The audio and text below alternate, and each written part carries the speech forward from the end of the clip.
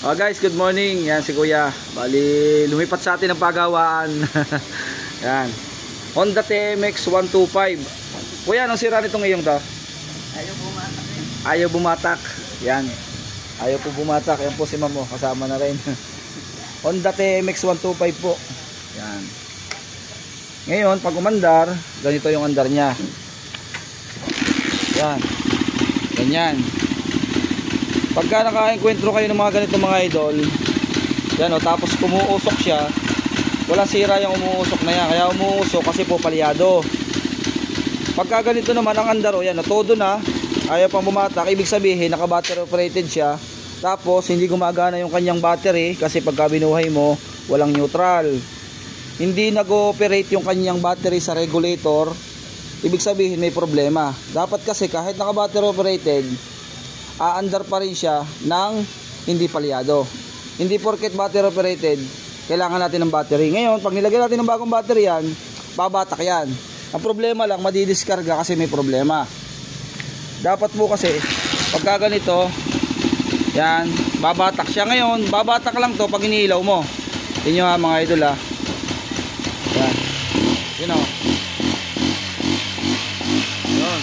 Nakailaw siya, saka lang siya babatak. Yan, nagtaka nga yung may-ari, hindi niya alam na gayon pala. O yun.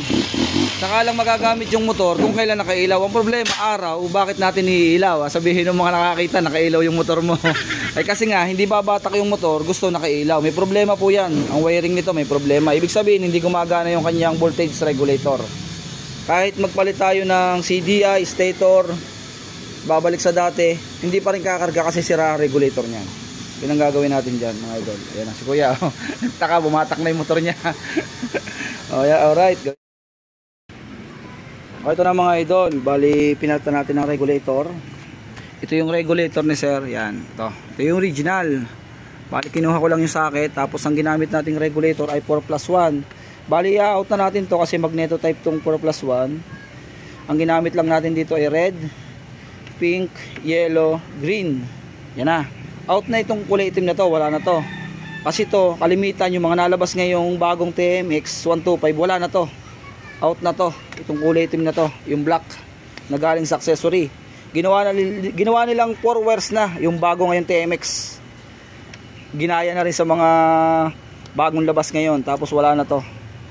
Yan, hindi na natin lalagay yan. Pero kung gusto nyo maging magneto type, ilagay nyo to, gagawa kayo ng sariling linya. Yan, ngayon wala tayong battery.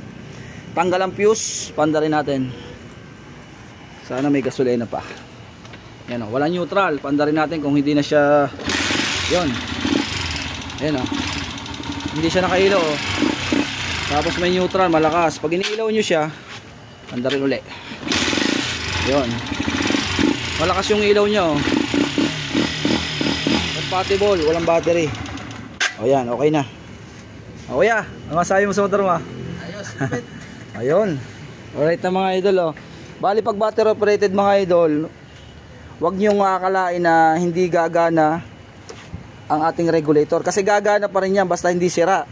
Kahit battery operated, kahit wala pong battery, yan po out ang ating fuse, walang battery, tatakbo pa rin yan, maganda. Yan ang mga idol oh. O diba? Kala kasi ni Kuya ay baba ang makina. Kasi ang sama ng takbo ng kanyang makina.